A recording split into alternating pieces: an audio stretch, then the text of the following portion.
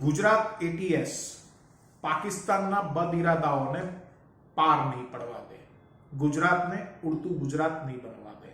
હું છું આનંદ શુક્લ, real voice of ઇન્ડિયામાં આપનું સ્વાગત છે।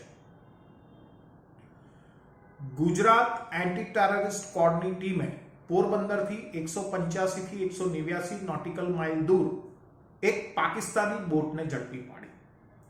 આ બોટની અંદર 6 પાકિસ્તાની હતા, એમને પણ ઝડપી પાડવામાં આવ્યા।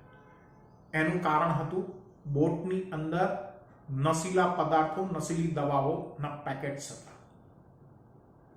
આ નશીલી દવાઓ અને નશીલા પેકેટ્સની કિંમત 450 કરોડ રૂપિયા હોવાનું અંદાજવામાં આવે છે।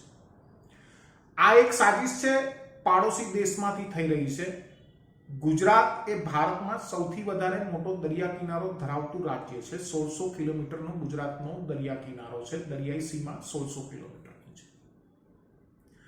આ સીમાની અંદર સિર ક્રીક, કોરી ક્રીકના કેટલાક વિસ્તારોની અંદર પાકિસ્તાન એ સીમા વિવાદ ઉભો કરી અને ઘૂસણખોરી કરતું હોય છે। આ પ્રકારની પાકિસ્તાની બોટ્સ એ ભારતના જળ વિસ્તારની અંદર દાખલ થવાની ફિરાકમાં રહેતી હોય છે, પરંતુ દરિયાઈ સીમા ઉપર Gujarat ATS, coastguard, Indian navy, બીએસએફની જે દરિયાઈ શાખા છે ક્રીક વિસ્તારની અંદર એ એલર્ટ મોડમાં હોય છે। છેલ્લા ઘણા વખતથી ગુજરાતની અંદર આ પ્રકારની ડ્રગ્સની ખેપ એ પકડવામાં આવે છે।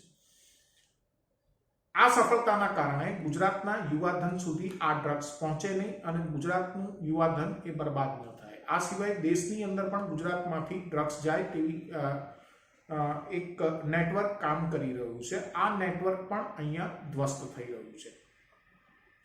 આ પહેલા ગુજરાત એટીએસ દ્વારા વેરાવળ પોર્ટ ઉપરથી પણ બહુ મોટા ડ્રગ્સની ખેપ એ પકડવામાં આવી હતી। આ ડ્રગ્સની ખેપની અંદર 50 કિલો ડ્રગ્સ ઝડપાયું હતું અને એમાં 9 આરોપીઓને એરેસ્ટ કરવામાં આવ્યા હતા। આ ડ્રગ્સની કિંમત 350 કરોડ રૂપિયા હોવાનું અંદાજવામાં આવ્યું છે। તાજેતરમાં જે પોરબંદર ખાતે ડ્રગ્સની ખેપ પકડનાર જે ગુજરાત એટીએસની ટીમ છે એને ગુજરાતના મુખ્યમંત્રી ભૂપેન્દ્ર પટેલે 10 લાખ રૂપિયાના ઇનામની જાહેરાત પણ કરી છે।